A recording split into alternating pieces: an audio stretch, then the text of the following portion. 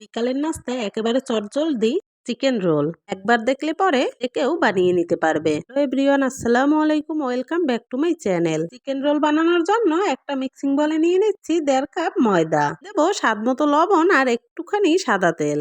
এবার ময়দাটা ময়াম দিয়ে নিচ্ছি, ভাবে মুঠো করে চেক করে নেব মতো ময়াম হয়েছে কিনা। এবার অল্প অল্প পানি দিয়ে একটা ডো বানিয়ে নেব, রুটি পরাটার ডো যেমন হয়। খুব ভালোভাবে ময়দার ডোটা বানিয়ে নিয়েছি, আর ঢাকনা দিয়ে রেস্টে রেখে দিচ্ছি 30 মিনিটের জন্য। এদিকে এবার আমি রোলের জন্য পুরটা বানিয়ে নেব। রোলের পুর বানানোর জন্য নিয়ে নিচ্ছি ছোট করে কেটে রাখা চিকেন, গাজর কুচি, আলু কুচি। চুলায় একটা কড়াই বসিয়ে সাদা তেল দিয়ে দেব। এখন এর মধ্যে দিয়ে দিচ্ছি দারচিনি, এলাচ আর লবঙ্গ। আর মুরগির মাংসটা দিয়ে একটুখানি ভেজে নিচ্ছি। মাংসের রংটা পাল্টে গেলে দিয়ে দিচ্ছি গুঁড়া, লাল মরিচের গুঁড়া আর স্বাদ মতো লবণ। এখন খুব ভালোভাবে ভেজে নেব। এবার এর মধ্যে দিয়ে দিচ্ছি আগে থেকে কুচি করে রাখা গাজর আর আলু। এবার সবকিছু আবারও ভালোভাবে ভেজে নেব। সবকিছু একসাথে ভালোভাবে ভেজে নিয়েছি। এখন দিয়ে দিচ্ছি পেঁয়াজ কুচি আর কাঁচামরিচ কুচি। কিছু একসাথে নাড়িয়ে চাড়িয়ে মিশিয়ে নিচ্ছি। এখন দিয়ে দিচ্ছি বাটা মশলা, রসুন বাটা, জিরা বাটা, আদা বাটা।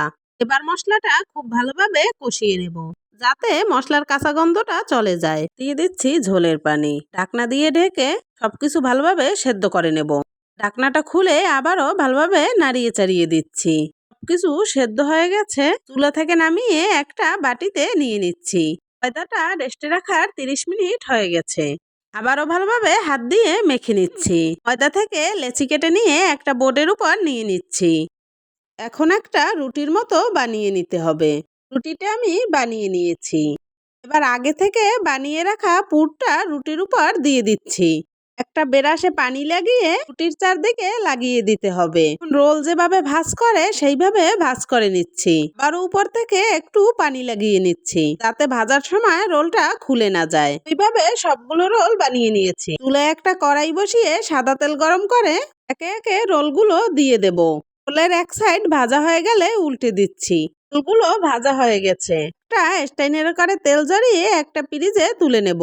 রোলগুলো দেখতে যেমন, খেতেও কিন্তু মাশাআল্লাহ দারুণ হয়েছে।